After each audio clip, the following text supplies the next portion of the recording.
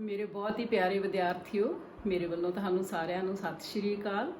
My self Kulbir Khiala, lecturer political science, government girl senior secondary smart school the Mall Amritsar ਤੋਂ ਅੱਜ +2 ਦੇ political science ਦੇ students ਲਈ ਮੈਂ ਟੌਪਿਕ ਲੈ ਕੇ ਆਈ ਹਾਂ। ਸੋ ਸਟੂਡੈਂਟਸ, ਤੁਹਾਡਾ ਸਾਰਿਆਂ ਦਾ ਵੈਲਕਮ ਹੈ। ਸਟੂਡੈਂਟਸ, ਤੁਸੀਂ ਇਹ ਦੇਖ ਰਹੇ ਹੋ ਕਿ ਇਹ ਸਲਾਈਡ ਹੈ ਤੇ ਬੜੀ ਕਲਰਫੁਲ ਨਜ਼ਰ ਆ ਰਹੀ ਹੈ ਔਰ ਇਹਦੇ ਤੇ ਅਲੱਗ-ਅਲੱਗ ਸਿੰਬਲਸ ਨਜ਼ਰ ਆ ਰਹੇ ਹਨ। ਸੋ ਮੇਰਾ ਕੁਐਸਚਨ ਹੈ ਕਿ ਇਹ ਜਿਹੜੇ ਸਿੰਬਲਸ ਹਨ ਇਹ ਕਿਸ ਦੇ ਨਾਲ ਕੰਸਰਨਡ ਹਨ। ਇਸ ਤੋਂ ਇਲਾਵਾ ਤੁਸੀਂ ਦੇਖੋਗੇ ਕਿ ਇਹ ਕੁਝ ਲੋਕ ਖੜੇ ਹਨ, ਇਹਨਾਂ ਨੇ ਹੱਥਾਂ 'ਚ ਕੁਝ ਪਕੜਿਆ ਹੋਇਆ ਹੈ ਤੇ ਆਪਣੀ ਇਹ ਟਰਨ ਦੀ ਉਡੀਕ ਕਰ ਰਹੇ ਹਨ ਤੇ ਇਹ ਕੀ ਦੱਸ ਰਹੇ ਹਨ ਤੁਹਾਨੂੰ। ਨੈਕਸਟ ਹੈ, ਇਹ ਕੁਝ ਹੈਂਡਸ ਹਨ ਤੇ ਇਹ ਕਿਸ ਦੇ ਨਾਲ ਇਹਨਾਂ ਦਾ ਰਿਲੇਸ਼ਨ ਹੈ। ਸੋ ਸਟੂਡੈਂਟਸ, ਅਸੀਂ ਸਾਰੇ ਹੀ ਭਾਰਤ ਦੇ ਲੋਕ ਹਾਂ, ਭਾਰਤ ਦੇ ਨਾਗਰਿਕ ਹਾਂ ਔਰ ਸਾਡਾ ਦੇਸ਼ ਜਿਹੜਾ ਹੈ ਦੁਨੀਆ ਦਾ ਸਭ ਤੋਂ ਵੱਡਾ ਲੋਕਤੰਤਰੀ ਦੇਸ਼ ਹੈ, the biggest democratic country of the world ਹੈ। ਸੋ ਸਟੂਡੈਂਟਸ, ਆਪਾਂ ਨੂੰ ਪਤਾ ਹੈ ਕਿ ਹਰ 5 ਸਾਲ ਬਾਅਦ ਇੱਥੇ ਇਲੈਕਸ਼ਨਸ ਹੁੰਦੀਆਂ ਹਨ ਤੇ ਜਦੋਂ ਇਲੈਕਸ਼ਨਸ ਹੁੰਦੀਆਂ ਹਨ ਤੇ ਬਹੁਤ ਸਾਰੇ ਰਾਜਨੀਤਿਕ ਦਲ, ਪੋਲੀਟੀਕਲ ਪਾਰਟੀਆਂ ਜਿਹੜੇ ਹਨ ਉਹ ਵੋਟਰਸ ਨੂੰ ਆਪਣੇ ਹੱਕ ਵਿੱਚ ਵੋਟ ਪਾਉਣ ਲਈ ਕਹਿੰਦੇ ਹਨ ਤੇ ਉਹਨਾਂ ਦੇ ਸਾਹਮਣੇ ਅਲੱਗ-ਅਲੱਗ ਨੀਤੀਆਂ ਤੇ ਪ੍ਰੋਗਰਾਮਸ ਜਿਹੜੇ ਹਨ ਉਹ ਰੱਖਦੇ ਹਨ। ਸੋ ਸਟੂਡੈਂਟਸ, ਮੇਰਾ ਜਿਹੜਾ ਅੱਜ ਦਾ ਟੌਪਿਕ ਹੈ ਇਹ ਰਾਜਨੀਤਿਕ ਪਾਰਟੀ ਦੇ ਨਾਲ ਹੀ ਕੰਸਰਨਡ ਹੈ। ਆਪਣੇ ਟੌਪਿਕ ਵੱਲ ਵਧਦੇ ਹਾਂ। My today's topic is policies, programmes and evaluation of Indian National Congress, ਭਾਰਤੀ ਰਾਸ਼ਟਰੀ ਕਾਂਗਰਸ ਦੀਆਂ ਨੀਤੀਆਂ, ਪ੍ਰੋਗਰਾਮ ਤੇ ਮੁਲਾਂਕਣ। ਸਟੂਡੈਂਟਸ, ਯਾਦ ਰੱਖ ਲੈਣਾ ਕਿ ਇਹ ਭਾਰਤ ਵਿੱਚ ਸਭ ਤੋਂ ਪਹਿਲੀ ਪਾਰਟੀ ਬਣੀ ਸੀ ਤੇ ਸਭ ਤੋਂ ਪੁਰਾਣੀ ਪਾਰਟੀ ਹੈ। ਇੰਟਰੋਡਕਸ਼ਨ ਵੱਲ ਵਧਦੇ ਹਾਂ। ਇੰਟਰੋਡਕਸ਼ਨ ਭੂਮਿਕਾ, ਅਸੀਂ ਸਾਰੇ ਹੀ ਜਾਣਦੇ ਹਾਂ ਕਿ ਭਾਰਤ ਦੇ ਵਿੱਚ ਬਹੁਦਲ ਪ੍ਰਣਾਲੀ ਲੋਕਤੰਤਰੀ ਦੇਸ਼ ਹੈ ਔਰ ਇੱਥੇ 8 ਨੈਸ਼ਨਲ ਪਾਰਟੀਆਂ ਹਨ, ਨੈਸ਼ਨਲ ਲੈਵਲ ਦੀਆਂ ਪਾਰਟੀ ਹਨ ਤੇ 50 ਦੇ ਕਰੀਬ ਜਿਹੜੀਆਂ ਹਨ ਇੱਥੇ ਸਟੇਟ ਲੈਵਲ ਦੀਆਂ ਪਾਰਟੀ ਹਨ। ਸੋ ਨੈਸ਼ਨਲ ਲੈਵਲ ਦੀਆਂ ਪਾਰਟੀਆਂ ਉਹ ਹੁੰਦੀਆਂ ਹਨ ਜੋ ਰਾਜ ਵਿਧਾਨ ਸਭਾਵਾਂ ਦੀਆਂ ਚੋਣਾਂ ਵੀ ਲੜਦੀਆਂ ਹਨ ਤੇ ਲੋਕ ਸਭਾ ਦੀਆਂ ਚੋਣਾਂ ਜਿਹੜੀਆਂ ਹਨ ਉਹ ਵੀ ਲੜਦੀਆਂ ਹਨ। ਤੇ ਜਿਹੜੀ ਸਟੇਟ ਪਾਰਟੀਆਂ ਹੁੰਦੀਆਂ ਹਨ ਇਹ ਸਿਰਫ ਆਪਣੀ ਸਟੇਟ ਦੇ ਵਿੱਚ ਹੀ ਫੇਮਸ ਹੁੰਦੀਆਂ ਹਨ। ਜਿਸ ਤਰ੍ਹਾਂ ਕਿ ਆਪਾਂ ਪੰਜਾਬ ਦੀ ਪਾਰਟੀ ਲੈਂਦੇ ਹਾਂ ਤੇ ਪੰਜਾਬ ਦੇ ਵਿੱਚ ਸ਼੍ਰੋਮਣੀ ਅਕਾਲੀ ਦਲ ਜਿਹੜਾ ਹੈ ਉਹ ਪੰਜਾਬ ਦਾ ਖੇਤਰੀ ਦਲ ਹੈ। ਸੋ ਸਟੂਡੈਂਟਸ, ਜਿਹੜੀ ਪਾਰਟੀ ਦੀ ਚੰਗੀ, ਅਸਾਰੂ, ਲੋਕਤੰਤਰੀ ਤੇ ਸੈਕੂਲਰ ਸੋਚ ਹੋਏਗੀ ਤਾਂ ਉਹ ਦੇਸ਼ ਦੀ ਤਰੱਕੀ ਦੇ ਵਿੱਚ ਬਹੁਤ ਵੱਡਾ ਯੋਗਦਾਨ ਪਾਉਂਦੀ ਹੈ। ਸੋ ਆਲਵੇਜ਼ ਜਿਹੜੀ ਪਾਰਟੀ ਸੈਕੂਲਰ ਤੇ ਡੈਮੋਕ੍ਰੈਟਿਕ ਆਈਡੀਓਲੋਜੀ ਵਾਲੀ ਹੁੰਦੀ ਹੈ, that party is always beneficial for the progress of the, for the growth of the country. So I hope ਕਿ ਥੋੜੀ ਜੀ ਪੋਲੀਟੀਕਲ ਪਾਰਟੀ ਬਾਰੇ ਇੰਟਰੋਡਕਸ਼ਨ ਹੈ। ਅੱਗੇ ਵਧਦੇ ਹਾਂ। ਨੈਸ਼ਨਲ ਪੋਲੀਟੀਕਲ ਪਾਰਟੀਜ਼, ਰਾਸ਼ਟਰੀ ਰਾਜਨੀਤਿਕ ਦਲ। ਮੈਂ ਤੁਹਾਨੂੰ ਥੋੜਾ ਜਿਹਾ ਬਰੀਫ ਦੱਸਣਾ ਚਾਹੁੰਦੀ ਹਾਂ ਕਿ ਰਾਸ਼ਟਰੀ ਰਾਜਨੀਤਿਕ ਦਲ ਬਣਨ ਲਈ ਕਿਹੜੀਆਂ-ਕਿਹੜੀਆਂ ਸ਼ਰਤਾਂ ਹਨ। ਪਹਿਲਾਂ ਤਾਂ ਨੈਸ਼ਨਲ ਪਾਰਟੀਜ਼ ਉਹ ਹੁੰਦੀਆਂ ਹਨ ਜਿਹੜੀਆਂ ਵੈਲ ਨੋਨ ਹੁੰਦੀਆਂ ਹਨ, ਆਮ ਹੀ ਲੋਕ ਉਹਨਾਂ ਨੂੰ ਜਾਣਦੇ ਹਨ ਤੇ ਉਹ ਸਟੇਟਸ ਦੀਆਂ ਇਲੈਕਸ਼ਨਸ ਵਿੱਚ ਵੀ ਹਿੱਸਾ ਲੈਂਦੀਆਂ ਹਨ ਤੇ ਲੋਕ ਸਭਾ ਦੀਆਂ ਇਲੈਕਸ਼ਨਸ ਜਿਹੜੀਆਂ ਹਨ ਉਸ ਦੇ ਵਿੱਚ ਵੀ ਹਿੱਸਾ ਲੈਂਦੀਆਂ ਹਨ। ਪਰ ਇੱਕ ਨੈਸ਼ਨਲ ਪਾਰਟੀ ਬਣਨ ਲਈ ਕਿਹੜੀਆਂ-ਕਿਹੜੀਆਂ ਸ਼ਰਤਾਂ ਜਿਹੜੀਆਂ ਹਨ ਉਹ ਲਾਈਆਂ ਗਈਆਂ ਹਨ ਇਲੈਕਸ਼ਨ ਕਮਿਸ਼ਨ ਦੁਆਰਾ। ਸੋ ਇਲੈਕਸ਼ਨ ਕਮਿਸ਼ਨ ਦੇ ਕਾਨੂੰਨ 2005 ਦੇ ਅਨੁਸਾਰ ਉਹ ਪਾਰਟੀ ਜਿਹੜੀ 3 ਰਾਜਾਂ ਦੇ ਵਿੱਚੋਂ ਲੋਕ ਸਭਾ ਦੀਆਂ 2% ਸੀਟਾਂ ਜਿਹੜੀਆਂ ਹਨ ਹਾਸਲ ਕਰਦੀ ਹੋਵੇ, ਜਿਵੇਂ ਕਿ 11 ਸੀਟਸ ਜਿਹੜੀਆਂ ਹਨ 543 ਵਿੱਚੋਂ ਜਿੱਤਦੀ ਹੋਵੇ ਤਾਂ ਉਹਨੂੰ ਮਾਨਤਾ ਪ੍ਰਾਪਤ ਹੋ ਜਾਂਦੀ ਹੈ as a national party. Second condition ਹੈ ਉਹ ਘੱਟ ਤੋਂ ਘੱਟ 4 ਰਾਜਾਂ ਦੇ ਵਿੱਚ ਉਹ ਰੈਕੋਗਨਾਈਜ਼ਡ ਸਟੇਟ ਲੈਵਲ ਪਾਰਟੀ ਹੋਵੇ, ਮੀਨ 4 ਰਾਜਾਂ ਦੇ ਵਿੱਚ ਉਹ ਚੋਣਾਂ ਲੜਦੀ ਹੋਵੇ। ਦੈਨ ਥਰਡ ਕੰਡੀਸ਼ਨ ਹੈ 4 ਰਾਜਾਂ ਵਿੱਚੋਂ 6% ਵੋਟਸ ਵੀ ਹਾਸਲ ਕਰੇ ਤੇ 4 ਲੋਕ ਸਭਾ ਸੀਟਸ ਵੀ ਜਿੱਤੇ ਤਾਂ ਉਹ ਜਿਹੜੀ ਪਾਰਟੀ ਹੈ ਉਹ ਨੈਸ਼ਨਲ ਲੈਵਲ ਦੀ ਪਾਰਟੀ ਜਿਹੜੀ ਹੈ ਉਹ ਰੈਕੋਗਨਾਈਜ਼ਡ ਹੁੰਦੀ ਹੈ। ਸੋ ਤੁਹਾਨੂੰ ਸਮਝ ਆ ਗਿਆ ਕਿ ਨੈਸ਼ਨਲ ਲੈਵਲ ਦੀ ਪਾਰਟੀ ਬਣਨ ਲਈ ਕਿਹੜੀਆਂ-ਕਿਹੜੀਆਂ ਕੰਡੀਸ਼ਨਸ ਹਨ। ਸੋ ਸਟੂਡੈਂਟਸ, ਯਾਦ ਰੱਖ ਲੈਣਾ।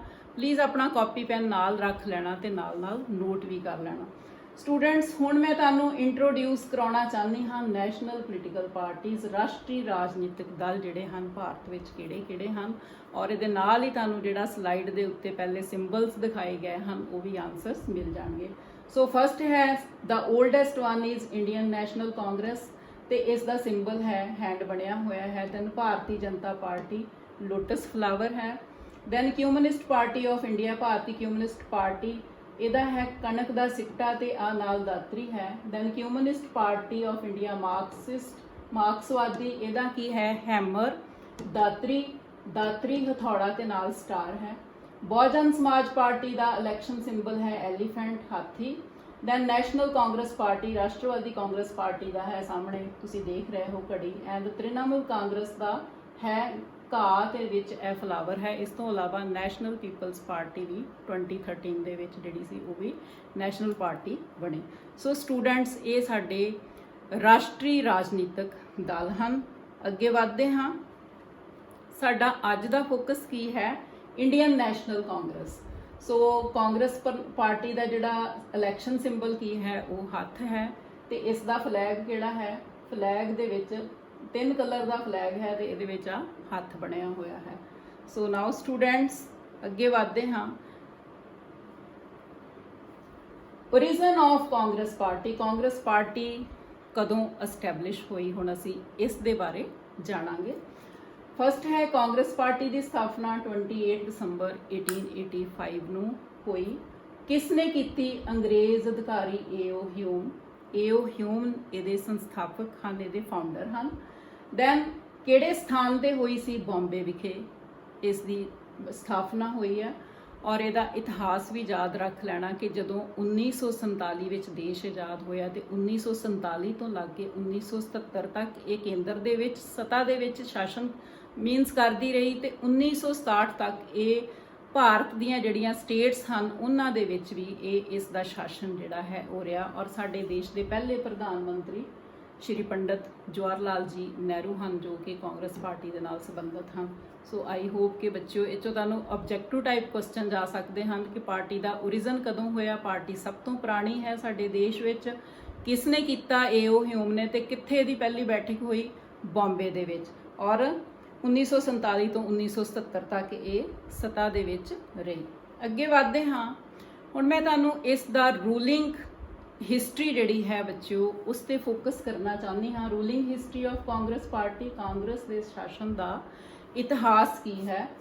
ਸੋ ਪਹਿਲਾ ਹੈ 1947 ਤੋਂ 1964, 47 to 64 ਤੱਕ ਪਹਿਲੇ ਪ੍ਰਾਈਮ ਮਿਨਿਸਟਰ ਪੰਡਿਤ ਜਵਾਹਰ ਲਾਲ ਨਹਿਰੂ ਜੀ ਰਹੇ, ਜਿਨ੍ਹਾਂ ਨੇ ਟੋਟਲ 16 ਈਅਰ ਐਂਡ 286 ਡੇਜ਼ ਜਿਹੜਾ ਹੈ ਉਹ ਰਾਜ ਕੀਤਾ।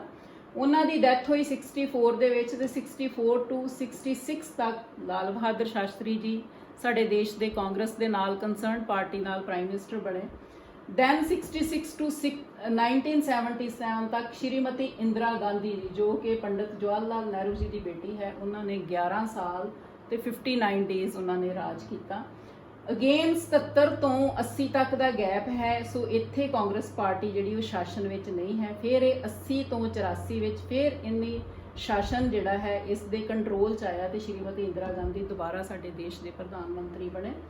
ਦੈਨ ਅਗੇਨ 84 ਦੇ ਵਿੱਚ ਸ਼੍ਰੀਮਤੀ ਇੰਦਰਾ ਗਾਂਧੀ ਜੀ ਦਾ ਦੇਹਾਂਤ ਹੋ ਗਿਆ, ਡੈਥ ਹੋ ਗਈ, ਤੇ 84 to 89 ਤੱਕ ਉਹਨਾਂ ਦੇ ਪੁੱਤਰ ਸ਼੍ਰੀ ਰਾਜੀਵ ਗਾਂਧੀ, ਸ਼੍ਰੀਮਤੀ ਇੰਦਰਾ ਗਾਂਧੀ ਜੀ ਦੇ ਪੁੱਤਰ Rajiv Gandhi the youngest prime minister of India ਜਿਹੜੇ ਸੀ ਉਹ ਸਾਡੇ ਕਾਂਗਰਸ ਪਾਰਟੀ ਵੱਲੋਂ ਪ੍ਰਧਾਨ ਮੰਤਰੀ ਬਣੇ। ਦੈਨ ਅਗੇਨ 89 ਤੋਂ ਲੱਗ ਕੇ 90 ਤੱਕ ਫਿਰ ਇਹ ਸੱਤਾ 'ਚ ਨਹੀਂ ਹੈ। 91 ਦੇ ਵਿੱਚ to 96 ਵਿੱਚ ਫਿਰ ਸ੍ਰੀ ਨਰਸਿਮਹਾ ਰਾਓ ਕਾਂਗਰਸ ਪਾਰਟੀ ਵੱਲੋਂ ਦੇਸ਼ ਦੇ ਪ੍ਰਧਾਨ ਮੰਤਰੀ ਬਣੇ। ਔਰ ਦੈਨ 96 to 2004 ਤੱਕ ਇਹ ਪਾਰਟੀ ਜਿਹੜੀ ਹੈ ਇਹ ਸੱਤਾ ਦੇ ਵਿੱਚ ਨਹੀਂ ਰਹੀ। ਫਿਰ ਦੁਬਾਰਾ 2004 ਦੇ ਵਿੱਚ ਇਹ ਸ਼ਾਸਨ ਦੇ ਸੱਤਾ ਦੇ ਵਿੱਚ ਆਈ ਹੈ, ਪਾਵਰ 'ਚ ਆਈ ਹੈ, ਤੇ 4 to 14 ਤੱਕ ਡਾਕਟਰ ਮਨਮੋਹਨ ਸਿੰਘ ਕਾਂਗਰਸ ਪਾਰਟੀ ਵੱਲੋਂ ਪ੍ਰਾਈਮ ਮਿਨਿਸਟਰ ਰਹੇ ਦੇਸ਼ ਦੇ, ਜੋ ਕਿ 10 ਸਾਲ ਲਗਾਤਾਰ ਰਹੇ। ਸੋ ਨਹਿਰੂ ਗਾਂਧੀ ਫੈਮਿਲੀ ਦਾ ਟੋਟਲ ਰੂਲਿੰਗ ਟਾਈਮ ਜਿਹੜਾ ਹੈ, ਰੂਲਿੰਗ ਪੀਰੀਅਡ ਹੈ, ਇਹਨਾਂ ਨੇ 37 ਈਅਰ ਐਂਡ 303 ਡੇਜ਼ ਜਿਹੜਾ ਹੈ ਐਜ ਇਹ ਦੇਸ਼ ਦੇ ਪ੍ਰਾਈਮ ਮਿਨਿਸਟਰ ਹੁੰਦਿਆਂ ਇਹਨਾਂ ਨੇ ਰੂਲ ਕੀਤਾ, ਤੇ ਇਹ ਭਾਰਤ ਦੀ ਰਾਜਨੀਤੀ ਦੇ ਵਿੱਚ ਸ਼ਾਇਰ ਹੈ। ਸੋ ਇਹ ਇਹਦੀ ਰੂਲਿੰਗ ਹਿਸਟਰੀ ਹੈ, ਬੱਚਿਓ ਨੋਟ ਕਰ ਲੈਣਾ। ਅੱਗੇ ਹੈ ਇਹਦੇ ਡਿਫਰੈਂਟ ਪ੍ਰਧਾਨ ਮੰਤਰੀ ਹਨ। ਪਹਿਲੇ ਪ੍ਰਧਾਨ ਮੰਤਰੀ ਕਾਂਗਰਸ ਵੱਲੋਂ ਪੰਡਿਤ ਜਵਾਹਰ ਲਾਲ ਨਹਿਰੂ, ਦੈਨ ਇਹਨਾਂ ਤੋਂ ਬਾਅਦ ਲਾਲ ਬਹਾਦਰ ਸ਼ਾਸਤਰੀ ਜੀ ਆਏ, ਫਿਰ ਸ਼੍ਰੀਮਤੀ ਇੰਦਰਾ ਗਾਂਧੀ ਜੀ ਆਏ। ਸ਼੍ਰੀਮਤੀ ਇੰਦਰਾ ਗਾਂਧੀ ਜੀ 2 ਟਰਮਸ ਕੀਤੀਆਂ। ਦੈਨ ਰਾਜੀਵ ਗਾਂਧੀ ਇਹਨਾਂ ਤੋਂ ਬਾਅਦ ਆਏ। PV ਨਰਸਿਮਹਾ ਰਾਓ 91 ਦੇ ਵਿੱਚ ਆਏ। ਦੈਨ 2004 ਤੋਂ 2014 ਤੱਕ ਸ਼੍ਰੀ ਡਾਕਟਰ ਮਨਮੋਹਨ ਸਿੰਘ ਜੀ ਜਿਹੜੇ ਹਨ ਉਹ ਕਾਂਗਰਸ ਪਾਰਟੀ ਵੱਲੋਂ ਸਾਡੇ ਦੇਸ਼ ਦੇ ਪ੍ਰਧਾਨ ਮੰਤਰੀ ਪਏ। ਸੋ ਕਾਂਗਰਸ ਨੇ ਸਾਨੂੰ ਇਹ 6 ਜਿਹੜੇ ਪ੍ਰਧਾਨ ਮੰਤਰੀ ਹਨ, ਪ੍ਰਾਈਮ ਮਿਨਿਸਟਰਸ ਹਨ, ਉਹ ਦਿੱਤੇ ਹਨ। ਅੱਗੇ ਵਧਦੇ ਹਾਂ। ਮੈਂ ਤੁਹਾਨੂੰ ਇਹਦੀ ਹਿਸਟਰੀ ਬਾਰੇ ਜਾਣੂ ਕਰਵਾਇਆ ਹੈ ਬੱਚਿਓ। ਹੁਣ ਇਹਦੀ ਪ੍ਰੈਜ਼ੈਂਟ ਜਿਹੜਾ ਹੈ ਉਸ ਦੇ ਬਾਰੇ ਅਸੀਂ ਜਾਣਨਾ ਹੈ। Students, I need your focus here. ਇਹ ਪਿਕਚਰ ਹੈ श्रीमती सोनिया गांधी जो कि गांधी परिवार के नाल ही कंसर्नड है, वो इस टाइम ते कांग्रेस पार्टी की प्रेजिडेंट है। तुहानूं पता है कि देश में बीजेपी का शासन है तो कांग्रेस पार्टी की प्रेजिडेंट श्रीमती सोनिया गांधी है। 2017 विच इन्हां दे पुत्र श्री राहुल गांधी जी प्रेजिडेंट सन कांग्रेस पार्टी दे, पर जदों 2019 दे विच कांग्रेस नूं हार दा मूँह देखना पिया तो उन्होंने उस जिम्मेवारी नूं कबूलदियां होया अपने अहुदे तो लीडरशिप तो पार्टी की लीडरशिप तो रिजाइन कर दिता तो श्रीमती सोनिया गांधी जी 2019 दे विच इस दे कार्यकारी प्रधानमंत्री कार्यकारी प्रेजिडेंट हैं।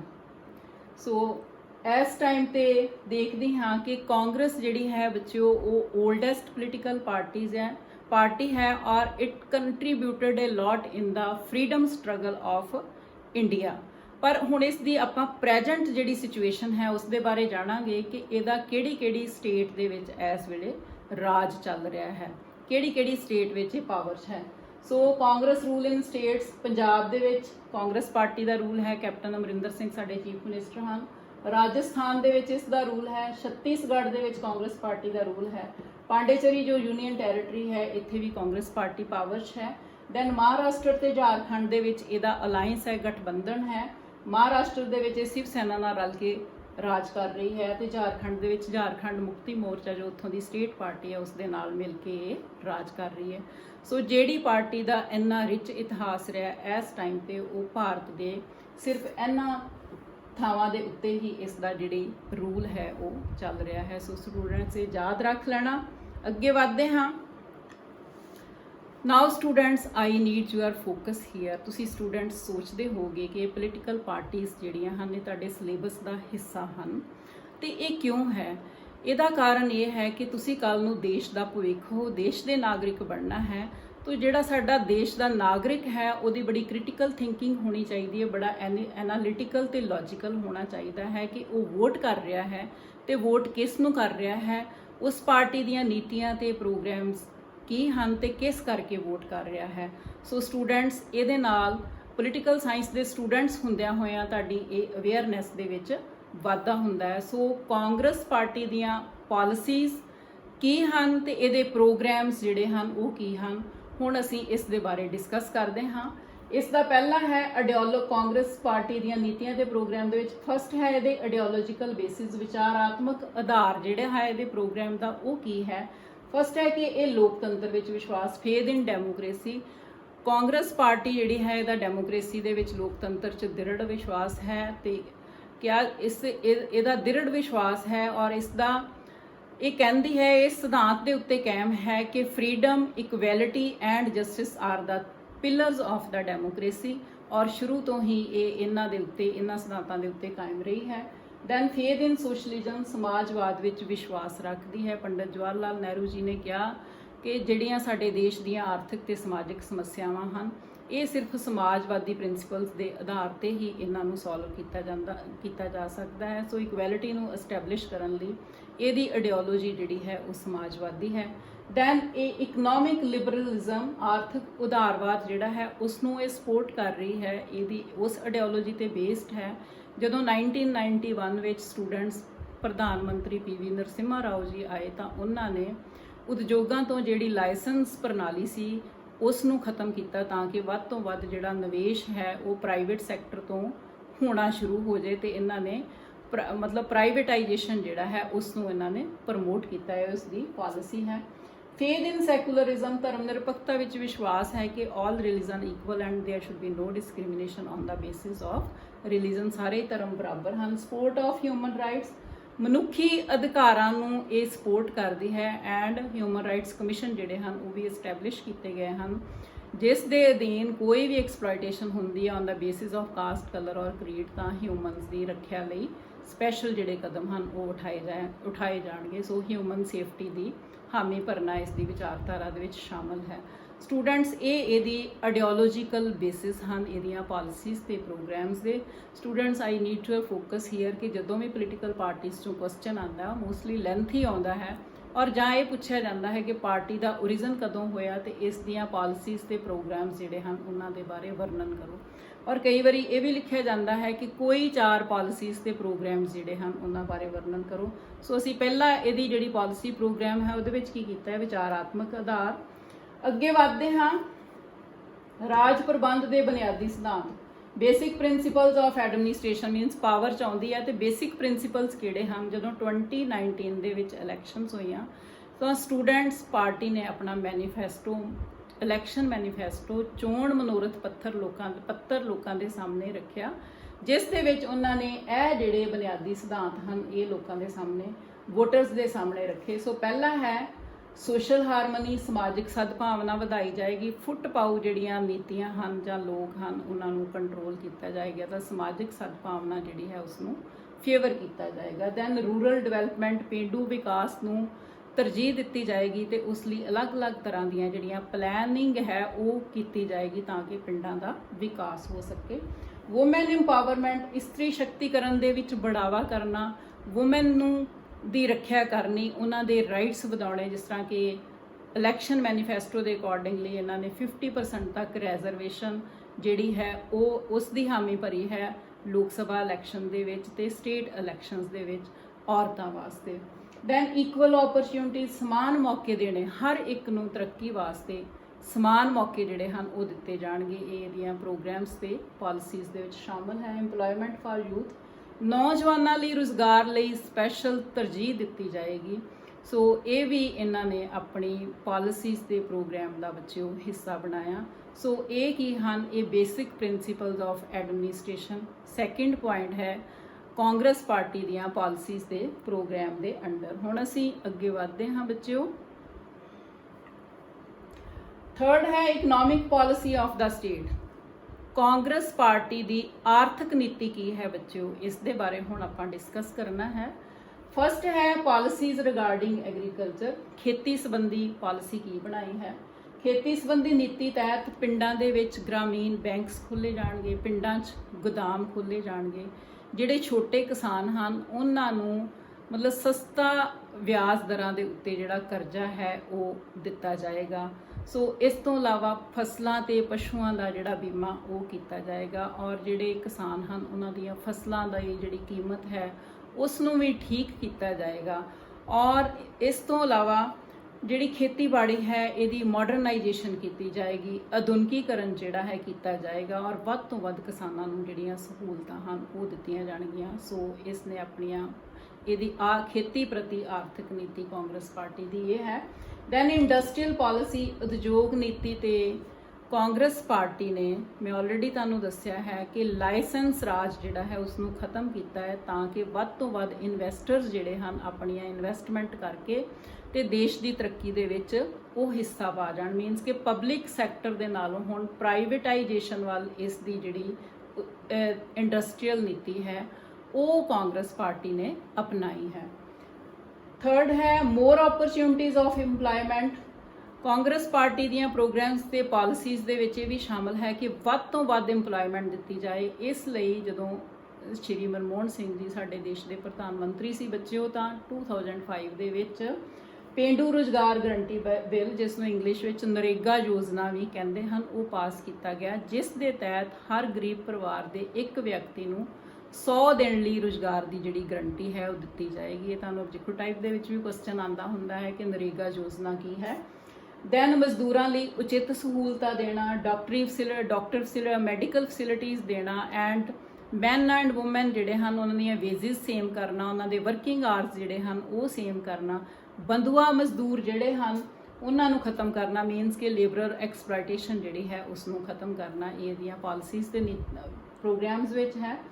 ਰਿਫਾਰਮ ਇਨ ਟੈਕਸੇਸ਼ਨ ਸਿਸਟਮ, ਇਹਦੀ ਅਗਲੀ ਆਰਥਿਕ ਨੀਤੀ ਹੈ ਕਿ ਟੈਕਸੇਸ਼ਨ ਦੇ ਵਿੱਚ, ਕਰਾਂ ਦੇ ਵਿੱਚ ਜਿਹੜਾ ਹੈ ਉਹ ਸੁਧਾਰ ਕੀਤਾ ਜਾਏਗਾ ਕਿ ਜਿਹੜੇ ਗਰੀਬ ਹਨ ਉਹਨਾਂ ਨੂੰ ਥੋੜਾ ਉੱਪਰ ਚੱਕਣ ਲਈ ਅਮੀਰਾਂ ਦੇ ਉੱਤੇ ਟੈਕਸ ਜਿਹੜੇ ਹਨ ਉਹ ਲਗਾਏ ਜਾਣਗੇ ਤਾਂ ਕਿ ਅਮੀਰ ਤੇ ਗਰੀਬ ਦਾ ਜਿਹੜੀ ਇਨਇਕੁਐਲਿਟੀ ਹੈ, ਜਿਹੜਾ ਪਾੜਾ ਹੈ, ਉਸ ਨੂੰ ਖਤਮ ਕੀਤਾ ਜਾਏ। ਸੋ ਸਟੂਡੈਂਟ ਦੇ ਕੁਐਸਚਨ ਆ ਜੇ ਕਿ ਕਾਂਗਰਸ ਪਾਰਟੀ ਦੀਆਂ ਆਰਥਿਕ ਨੀਤੀਆਂ ਬਾਰੇ ਲਿਖੋ 2 ਨੰਬਰ ਦਾ ਜਾਂ 4 ਨੰਬਰ ਦਾ, ਤੇ ਆਈ ਥਿੰਕ ਤੁਸੀਂ ਇਹ ਲਿਖ ਸਕਦੇ ਹੋ।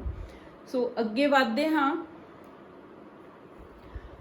Foreign policy of the party ਦੀ ਵਿਦੇਸ਼ ਨੀਤੀ ਕੀ ਹੈ। ਹੁਣ ਸਟੂਡੈਂਟਸ ਮੈਂ ਇਸ ਦੇ ਬਾਰੇ ਤੁਹਾਨੂੰ ਦੱਸਣ ਜਾ ਰਹੀ ਹਾਂ। ਫਸਟ ਹੈ ਨਾਨ ਅਲਾਈਨਮੈਂਟ ਗੁੱਟ ਨਿਰਲੇਪਤਾ ਦੀ ਨੀਤੀ। ਜਦੋਂ ਸਾਡੇ ਦੇਸ਼ ਦੇ ਪਹਿਲੇ ਪ੍ਰਧਾਨ ਮੰਤਰੀ ਪੰਡਿਤ ਜਵਾਹਰ ਲਾਲ ਨਹਿਰੂ ਜੀ ਬਣੇ 1947 ਦੇ ਵਿੱਚ, ਤਾਂ ਉਸ ਟਾਈਮ ਤੇ ਉੱਤੇ ਭਾਰਤ ਆਜ਼ਾਦ ਹੋਇਆ ਤਾਂ ਸਾਰੀ ਦੁਨੀਆ ਦੇ ਦੇਸ਼ ਦੋ ਗੁੱਟਾਂ ਦੇ ਵਿੱਚ, ਦੋ ਗਰੁੱਪਸ ਵਿੱਚ ਵੰਡੇ ਹੋਏ ਸੀ। ਇੱਕ ਪਾਸੇ ਅਮਰੀਕਾ ਸੀ, ਦੂਜੇ ਪਾਸੇ ਰਸ਼ੀਆ ਸੀ ਤੇ ਉਹਨਾਂ ਦੇ ਮਿਲਟਰੀ ਕੈਂਪਸ ਸੀ।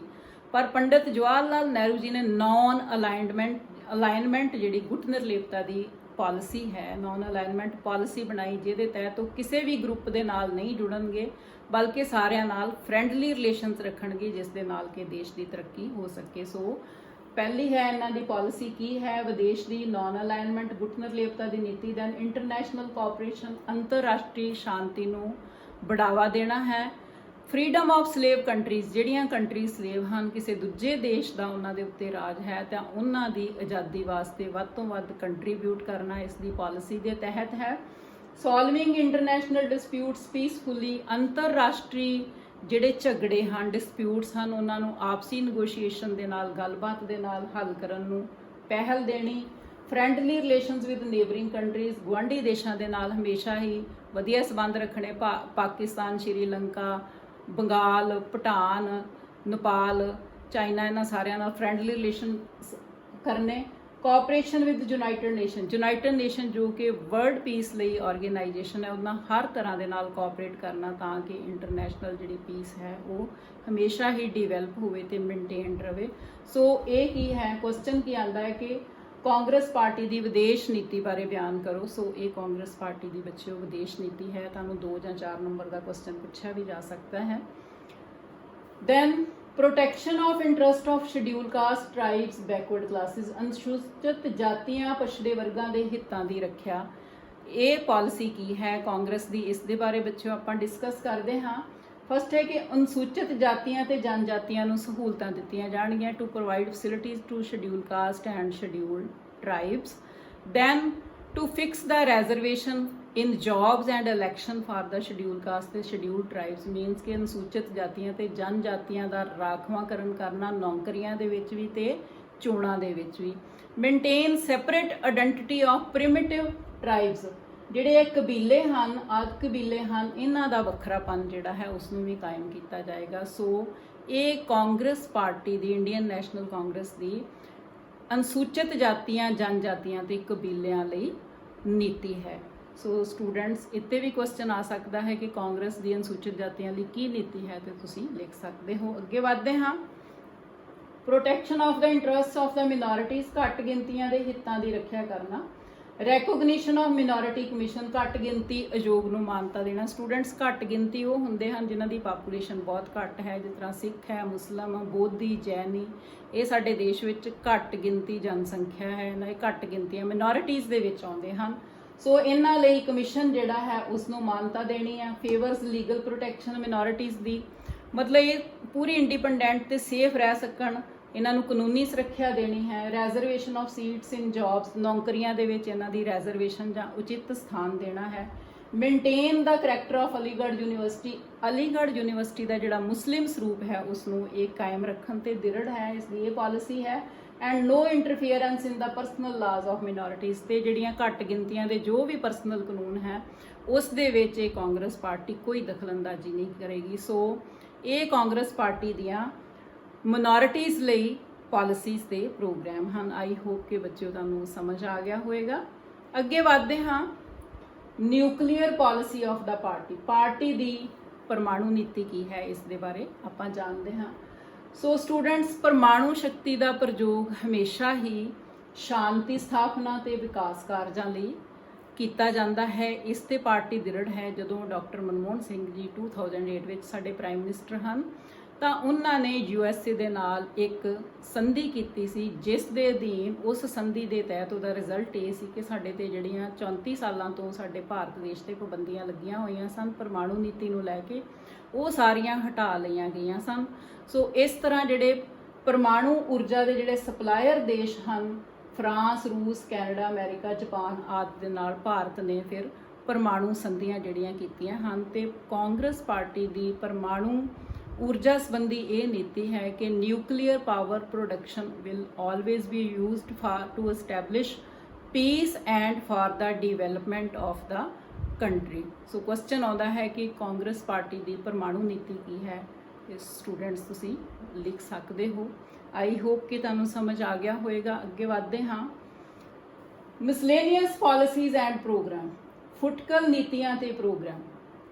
ਪਹਿਲਾ ਹੈ improvement in conditions of woman, ਇਸਤਰੀਆਂ ਦੀ ਸਥਿਤੀ 'ਚ ਸੁਧਾਰ ਕਰਨਾ, ਇਕੁਅਲ ਰਾਈਟਸ ਦੇਣੇ, ਜੌਬਸ ਦੇ ਵਿੱਚ 30% ਰਿਜ਼ਰਵੇਸ਼ਨ ਕਰਨੀ and 33% reservation in Lok Sabha elections and state legislative assembly elections ਦੇ ਵਿੱਚ ਔਰਤਾਂ ਲਈ ਰਾਖਵਾਂਕਰਨ ਹੋਏਗਾ। ਇਸ ਦੀ ਨੀਤੀ ਹੈ ਰਿਫਾਰਮ ਇਨ ਐਜੂਕੇਸ਼ਨ ਸਿਸਟਮ, ਵਿਦਿਆ ਪ੍ਰਣਾਲੀ 'ਚ ਸੁਧਾਰ। ਐਜੂਕੇਸ਼ਨ ਐਕਟ 2009 ਦੇ ਅਧੀਨ ਜਦੋਂ doctor Manmohan Singh ji prime minister ਸਨ ਤਾਂ 14 ਸਾਲ ਦੇ ਬੱਚਿਆਂ ਨੂੰ free and compulsory education act ਜਿਹੜਾ ਹੈ ਉਹ ਪਾਸ ਕੀਤਾ ਗਿਆ, ਜਿਸ ਦੇ ਅਧੀਨ ਹਰ ਬੱਚੇ ਦਾ ਜਿਹੜਾ 14 ਸਾਲ ਤੱਕ ਆ ਉਹਨੂੰ ਫ੍ਰੀ ਤੇ ਕੰਪਲਸਰੀ ਐਜੂਕੇਸ਼ਨ ਲੈਣ ਦਾ ਉਹ ਹੱਕਦਾਰ ਹੋਏਗਾ। ਦੈਨ ਸਟਰੋਂਗ ਡਿਫੈਂਸ, ਮਜ਼ਬੂਤ ਸੁਰੱਖਿਆ ਦੇਣੀ ਕਿ ਦੇਸ਼ ਦਾ ਡਿਫੈਂਸ ਜਿਹੜਾ ਉਹਨੂੰ ਸਟਰੋਂਗ ਕਰਨਾ, ਸ਼ਾਂਤੀ ਸਥਾਪਿਤ ਕਰਨੀ। ਇਨਵਾਇਰਨਮੈਂਟ ਪ੍ਰੋਟੈਕਸ਼ਨ ਦੇ ਅਧੀਨ ਜਿਹੜਾ ਗੰਗਾ ਨੈਸ਼ਨਲ ਰਿਵਰ ਹੈ ਉਹਦੀ ਸਫਾਈ ਵੱਲ ਧਿਆਨ ਦੇਣਾ, ਹੋਰ ਇਨਵਾਇਰਨਮੈਂਟ ਪ੍ਰੋਟੈਕਸ਼ਨ ਲਈ ਹੋਰ ਕਾਨੂੰਨ ਜਿਹੜੇ ਹਨ ਉਹ ਲਾਗੂ ਕਰਨੇ ਤੇ ਦੇਸ਼ ਨੂੰ ਪੋਲਿਊਟ ਹੋਣ ਤੋਂ ਬਚਾਉਣਾ, ਇਹ ਇਸ ਦੀਆਂ ਨੀਤੀਆਂ ਦੇ ਵਿੱਚ ਹੈ। ਅੱਗੇ ਲਾਸਟ ਹੈ ਲੈਂਗੁਏਜ ਪਾਲਿਸੀ, ਭਾਸ਼ਾ ਸੰਬੰਧੀ ਨੀਤੀ ਦੇ ਵਿੱਚ ਇਹਨਾਂ ਨੇ 3 ਲੈਂਗੁਏਜ ਫਾਰਮੂਲਾ ਅਡਾਪਟ ਕੀਤਾ ਹੈ ਔਰ ਕਿਹਾ ਹੈ ਕਿ ਕਿਸੇ ਵੀ ਪ੍ਰਾਂਤ ਦੇ ਉੱਤੇ ਵਾਧੂ ਭਾਸ਼ਾ ਜਿਹੜੀ ਹੈ ਉਹ ਠੋਸੀ ਨਹੀਂ ਜਾਏਗੀ।